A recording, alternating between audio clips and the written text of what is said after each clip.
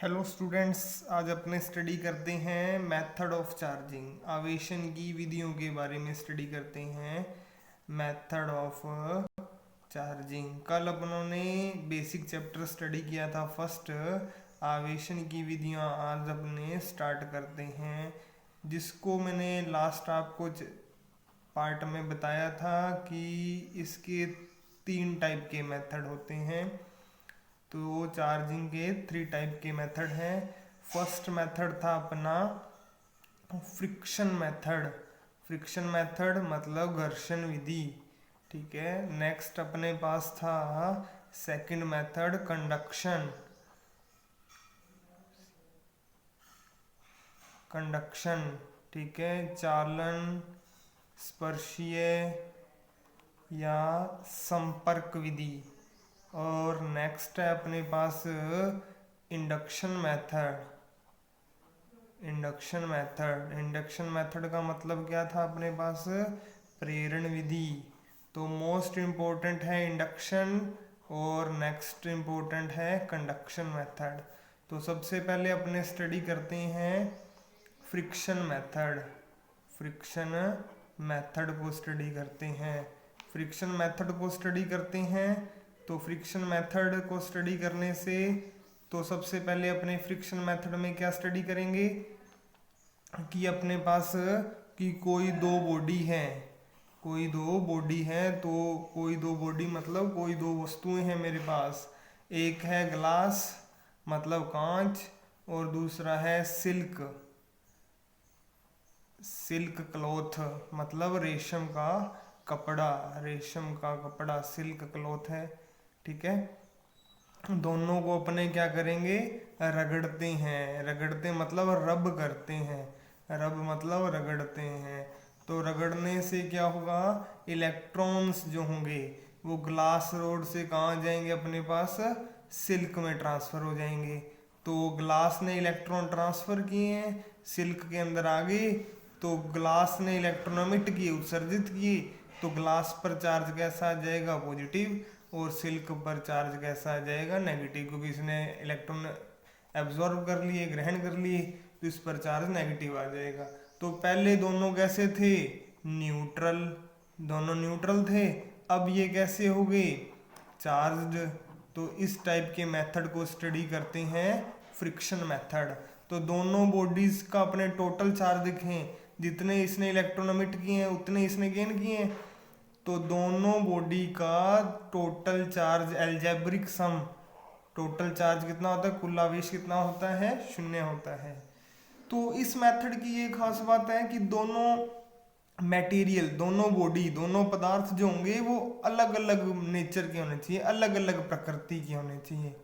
दोनों पदार्थ क्या होने चाहिए, अलग अलग प्रकृति, नेचर के होने चाहिए। नेचर का मतलब क्या है, एक पॉजिटिव, एक एमिट करे और दूसरा एब्जॉर्ब करे, ठीक है। दोनों ग्लास रोड होती, दोनों कांच की छड़ें होती, तो ऐसा पॉसिबल नहीं था।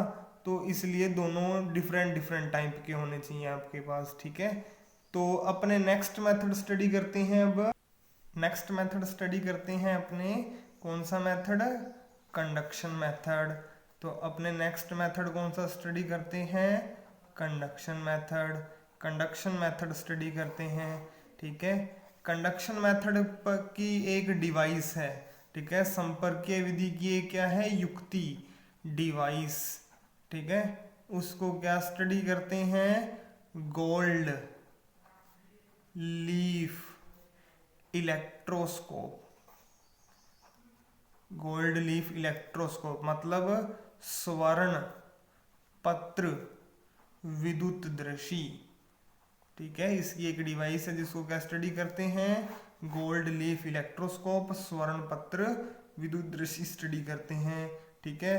तो अपने स्वर्ण पत्र विद्युत दृषि गोल्ड लीफ इलेक्ट्रोस्कोप के अंदर या कंडक्शन मेथड के अंदर क्या होता है, इस मेथड के अंदर क्या होता है, अपने पास क्या होगी, एक बॉडी होगी, ठीक है। उस बॉडी को अपने स्टडी करेंगे, ठीक है। बॉडी का मतलब क्या होगा, अपने पास इस मेथड के अंदर अपने पास क्या होगी, एक बॉडी होगी। बॉडी किस टाइप की, ये मेरे पास कोई बॉडी है, ठीक है।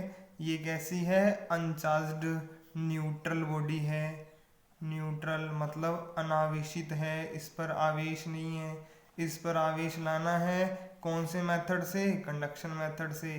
तो आवेश लाने के लिए क्या करोगे? एक चार्ज्ड मतलब आवेशित छड़ या कोई आवेशित वस्तु, कोई बॉडी को इससे टच करवा दोगे। टच मतलब संपर्क करवा दोगे, संपर्क करवा दोगे तो ये क्या करेगा? चार्ज को यहाँ से इसके अंदर ट्रांसफर कर देगा। ट्रांसफर कर देगा तो इस पर चार्ज कैसा था? पॉजिटिव। तो इस पर चार्ज भी कैसा आ जाएगा? पॉजिटिव आ जाएगा। ठीक है, तो ये इसने क्या किया? एक बॉडी से दूसरी बॉडी में चार्ज को ट्रांसफर किया इसके अंदर। ठीक है, और जैसे अपनों ने ऊपर वाले मेथड के अंदर स्टडी किया फ्रिक्शन के अंदर, फ्रिक्शन का आपको एग्जांपल पता ही होगा। जैसे आपके हेयर हैं जो ड्राई हेयर, सूखे बाल, सूखे बालों को क्या करो? कंघी से रगड़ो, कंब से। ठीक है, तो आपने देखा होगा कि जो पेपर होते हैं वो उससे चिपक जाते हैं, अट्रैक्ट हो जाते हैं। तो वो भी कौन से मेथड से होता है? फ्रिक्शन मेथड से। दूसरे मेथड में अपन ने स्टडी किया कि इसकी डिवाइस कौन सी है? Gold leaf electroscope. Most important है, काफी बार क्वेश्चन आता है। Right the name of the device which based on conduction method, की उस युक्ति का नाम लिखो जो स्पर्शीय विधि पर आधारित है। कौन सी है? गोल्ड लीफ इलेक्ट्रोस्कोप या स्वर्ण पत्र विद्युतदर्शी। अब अपने स्टडी करते हैं कि ये होती क्या है। गोल्ड लीफ इलेक्ट्रोस्कोप स्टडी करते हैं अपने। तो गोल्ड लीफ इलेक्ट्रोस्कोप को स्टडी करते हैं अपने।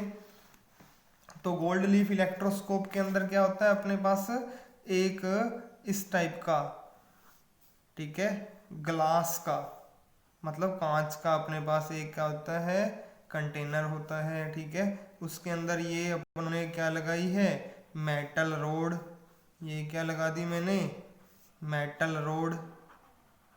मेटल रोड धातु की छड़। ठीक है, धातु की छड़ को लगा दिया इसके अंदर। ठीक है, इसको क्या किया? किसी रबड़ वगैरह से एडजस्ट कर दिया। कॉर्क स्टडी करते हैं, ये का मेटल इसके अंदर रोड ना गिरे अंदर। इसके एक साइड, वन साइड क्या करते हैं? गोल्ड लीफ को एडजस्ट करते हैं। गोल्ड लीव्स मतलब सोने की पत्तियां, सोने की पत्तियां एडजस्ट करते हैं। ठीक है, और इसके ऊपर वाली साइड एक क्या लगी होती है? डिस्क लगी होती है, चकती। किसकी? मेटल, धातु की लगी होगी, धातु की चकती लगी होगी अपने पास। ठीक है, अब क्या करेंगे? ये डिवाइस बन जाती है क्या? स्वर्ण पत्र विद्युतदर्शी गोल्ड लीफ इलेक्ट्रोस्कोप। कैसे? इसके अंदर अपनों ने लीव्स लगाई है ना, गोल्ड की लीव, सोने की पत्तियां लगाई हैं, तो इसको स्टडी करते हैं गोल्ड लीफ इलेक्ट्रोस्कोप। तो इससे क्या करेंगे? एक चार्ज बॉडी को इसे टच करेंगे। टच करेंगे तो ये चार्ज क्या होगा? यहाँ से आता हुआ इसके ऊपर आ जाएगा। दोनों पर चार्ज कैसा आ जाएगा? पॉजिटिव। ठीक है, टच है ना, इससे टच करवाया तो दोनों क्या होंगे? रिपेल होंगे, क्योंकि अपनों ने कल स्टडी किया था सेम चार्जेस क्या करते हैं? रिपेल करते हैं। तो पहले ये दोनों कैसी थी? न्यूट्रल। अब इस पर क्या आ गया? चार्ज आ गया। चार्ज आ गया कौन से मेथड से? कंडक्शन मेथड से। तो इस ये डिवाइस को क्या स्टडी करते हैं? Gold leaf electroscope conduction method पर बेस्ड है। लास्ट नेक्स्ट मेथड है अपने पास induction method. Induction method, induction method मतलब प्रेरण विधि। ठीक है, प्रेरण विधि आ गई अपने पास नेक्स्ट। ठीक है, प्रेरण विधि को स्टडी करते हैं। प्रेरण विधि के अंदर अपने पास क्या होगा? कोई भी ये मेरे पास क्या है? न्यूट्रल मतलब उदासीन, उदासीन कोई गोला है। ठीक है, कंडक्टर है, स्फीयर है। ठीक है, जिसको मैंने स्टैंड पर रखा है, स्टैंड के ऊपर, स्टैंड पर एडजस्ट कर दिया मैंने इसके ऊपर। ये कैसा है? न्यूट्रल है। न्यूट्रल का मीनिंग क्या होगा? जितने इसके अंदर पॉजिटिव हैं उतने इसके पास क्या होंगे? नेगेटिव चार्ज होगा मेरे पास, नेगेटिव चार्ज होगा। ठीक है, तो इस स्फीयर को, इस गोले को वैसे एडजस्ट कर रखा है। इसके पास मैं क्या किया? पॉजिटिव रोड ले आया। इस स्फीयर के पास क्या ले आए? पॉजिटिव रोड लिए। आपको ये मेंशन रखना है कि आपको इसको टच नहीं करवाना। इससे टच करवा दिया तो लास्ट वाला मेथड बन जाएगा। टच नहीं करवाना, दूरी रखना है अपने को। तो ये पॉजिटिव चार्ज जो है रोड का, ये इस नेगेटिव को अट्रैक्ट करेगा और पॉजिटिव को क्या कर देगा? स्फीयर वालों को रिपेल कर देगा। इनके बीच क्या लगा? अट्रैक्शन बॉन्ड बन गया अपने पास, अट्रैक्शन बॉन्ड बन जाएगा। ठीक है, आकर्षण बंद बन जाएगा। अब क्या किया, इस स्फीयर को, इस स्ट्रक्चर को क्या किया मैंने, इस स्फीयर को ग्राउंड कर दिया। ग्राउंड कैसे किया, आपको रोड को दूर नहीं लेके जाना, जब रोड को इसके पास एडजस्ट करना ही है, तो ग्राउंडेड कर दिया। ग्राउंडेड का मतलब होता है भू संपर्कित कर दिया, ठीक है, अर्थ से कनेक्ट कर दिया। अर्थ से कनेक्ट कर दिया तो ये चार्ज जो पॉजिटिव है ये तो अर्थ के अंदर मूव कर जाएगा, ठीक है। अर्थ के अंदर मूव कर गया तो मेरे पास क्या बचा, ये स्फीयर, ये गोला, और उस पर चार्ज कैसा है, नेगेटिव, और ये स्टैंड पर एडजस्ट है ही अपने पास, और ये पॉजिटिव चार्ज है, सेम बन जाएगा इस टाइप से। अब क्या किया मैंने, ये ग्राउंडेड था ही, ठीक है। अब ग्राउंडेड को रिमूव किया, ग्राउंडेड को रिमूव कर देंगे अपने, तो ग्राउंडेड को रिमूव करने से मेरे पास यहाँ नेगेटिव चार्ज बच जाएगा और यहाँ क्या रहेगा, ओनली पॉजिटिव, ठीक है। अब ये पॉजिटिव रोड को रिमूव कर देंगे तो नेगेटिव चार्ज है, नेगेटिव चार्ज रिपेल करेगा और इसकी पूरी बाउंड्री पर आ जाएगा, ठीक है। तो ये बॉडी पहले कैसी थी, न्यूट्रल, अब इसको क्या कर दिया, चार्ज्ड, नेगेटिव चार्ज आ गया, ठीक है। तो इसका क्वेश्चन काफी बार ऐसे आता है कि वह विधि बताइए जिससे विपरीत प्रकृति का आवेश उत्पन्न किया जा सकता है। Define the method by which we produce opposite nature of charge. Opposite कैसे, ये पॉजिटिव था और इस पर मैं आवेश कैसा लिया है, नेगेटिव, तो पॉजिटिव के यूज से मैं नेगेटिव अपोजिट नेचर का चार्ज लिया, कौन से मेथड से, इंडक्शन मेथड से। तो मोस्ट इंपोर्टेंट है, काफी बार डायरेक्ट इसका क्वेश्चन आता है अपने पास, ठीक है। तो अपनों ने ये इस चैप्टर का भी बेसिक पार्ट स्टडी कर लिया, अब अपन स्टडी करते हैं इंपॉर्टेंट पार्ट। अब डेरिवेशन वाले पार्ट स्टार्ट हो जाएंगे। तो फर्स्ट है मेरे पास कूलम्ब लॉ, ठीक है, या इलेक्ट्रोस्टैटिक फोर्स, ठीक है, या कूलम्ब फोर्स भी स्टडी करते हैं, ठीक है। क्या है, कूलाम बल, कूलाम का नियम, ठीक है, या स्थिर वैद्युत बल। इलेक्ट्रो का मीनिंग बताया था मैंने, स्थिर, इलेक्ट्रो का मतलब बताया था वैद्युत, स्टैटिक का मतलब बताया था स्थिर। तो ये क्या होगा, रेस्ट चार्जेस के बिटवीन अप्लाई होगा। तो मेरे पास ये दो चार्ज हैं, ये Q1 और सेकंड कौन सा, Q2। दोनों के बीच की डिस्टेंस कितनी स्टडी की, स्मॉल r। तो दोनों के बीच क्या लगेगा, इलेक्ट्रोस्टैटिक फोर्स लगेगा।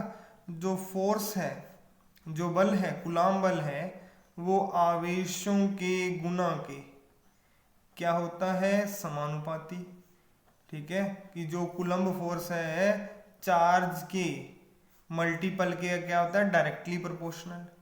सेकंड क्या है कि जो कूलम्ब फोर्स है, कूलाम बल है, वो दूरी के वर्ग के व्युत्क्रमानुपाती होता है, ठीक है। इक्वेशन नंबर 2, मतलब जो कूलम्ब फोर्स है डिस्टेंस के स्क्वायर के इनवर्स के डायरेक्टली प्रोपोर्शनल, इनवर्सली प्रोपोर्शनल होता है। तो by equation first and second लिखें, by equation first and second लिखें तो क्या बन जाएगा, F directly proportional Q1 Q2 by R square. Proportionality remove करें, कांस्टेंट क्या आ गया, K Q1 Q2 by R square, इस टाइप से बन जाएगा, ठीक है। वेयर, जहां K क्या है, प्रोपोर्शनल कांस्टेंट, समानुपाती नियतांक, ठीक है। वेयर क्या है, K क्या है, कांस्टेंट। अब अपने स्टडी करते हैं K की वैल्यू क्या होती है, 1/4 pi epsilon not, 1/4 pi epsilon not, ठीक है। इसके लिए वैल्यू क्या होती है, 9 × 10⁹ किसके लिए, निर्वात हवा, मतलब आपको वैक्यूम एयर के लिए होती है ये, मतलब मीडियम पर डिपेंड करती है। मीडियम मतलब अलग अलग टाइप के मीडियम होते हैं ना, मेटेलिक मीडियम, ठीक है, एयरिक मीडियम, गैसेस मीडियम, तो अलग अलग ऐसे मीडियम के लिए अलग अलग होता है ये, डिफरेंट के लिए डिफरेंट होगा, ठीक है। तो अपने पास ये वैल्यू होगी वैक्यूम और एयर के लिए। अब एप्सिलॉन नॉट, इसको स्टडी करते हैं, एप्सिलॉन नॉट, इसको स्टडी करते हैं। एप्सिलॉन नॉट निर्वात की विद्युतशीलता, निर्वात की विद्युतशीलता मतलब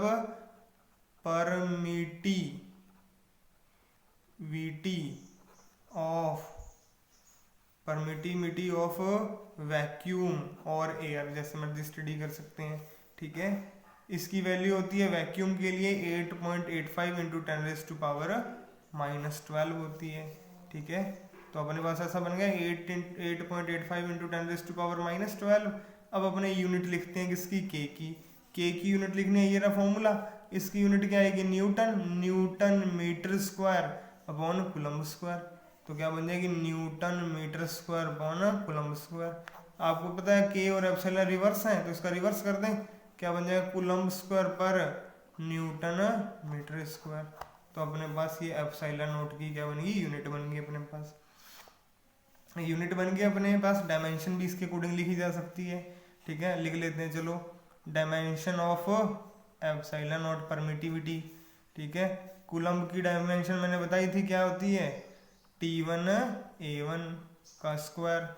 ठीक है, फोर्स की आपको पता ही है, न्यूटन की M1 L1 T-2, लेंथ की पता ही है L2 हो जाएगी, ये स्क्वायर है ना। देन क्या बन जाएगा, T2 A2 by M1 L3 T-2। Solve करोगे क्या बनेगा, M-1, ठीक है, L-3 T4 और A2, ये बन जाएगी अपने पास डायमेंशन। ठीक है, तो अपने पास डायमेंशन, पहले मैंने कूलम्ब की डायमेंशन लिखी T1 A1, फिर न्यूटन की लिखी M1 L1 T-2, मीटर की लिखी L2, क्या हो गया M1 L3 T-2, ऊपर क्या आएगा T2 A2, ये ऊपर ट्रांसफर करोगे M1 L-3 T, ये कितना हो जाएगा, ऊपर जाएगा 4 और ये A2, ये डायमेंशन आ गया अपने पास। ठीक है, अपने अपने लिखें वैक्यूम में, ये तो वैक्यूम का फोर्स का फॉर्मूला क्या आ गया, 1/4 pi epsilon naught Q1 Q2 by r square. अब यदि अपने लिखें मीडियम में, मतलब माध्यम में लिखें, माध्यम